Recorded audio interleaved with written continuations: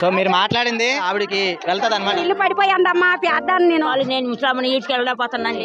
ఇల్లు గురించి నాకు చెయ్యండి అమ్మా. నీ తల్లి చెప్పాను సరేనా.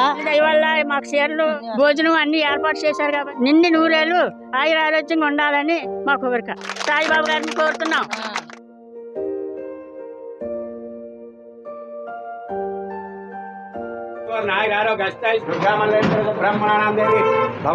సో బాగుందా చీర పంపించారు మీకోసం, చీర పంపించారు.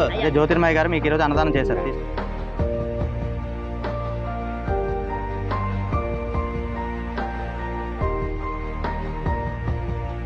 జ్యోతిర్మయ్య గారు అయితే మీకు ఈరోజు అన్నదానం చేశారు. బాబా గారి పేరు మీద మీ అందరికీ బాబా గారు ఆశీస్సులు ఉండాలని చెప్పి ఈరోజు అన్నదానం చేశారు.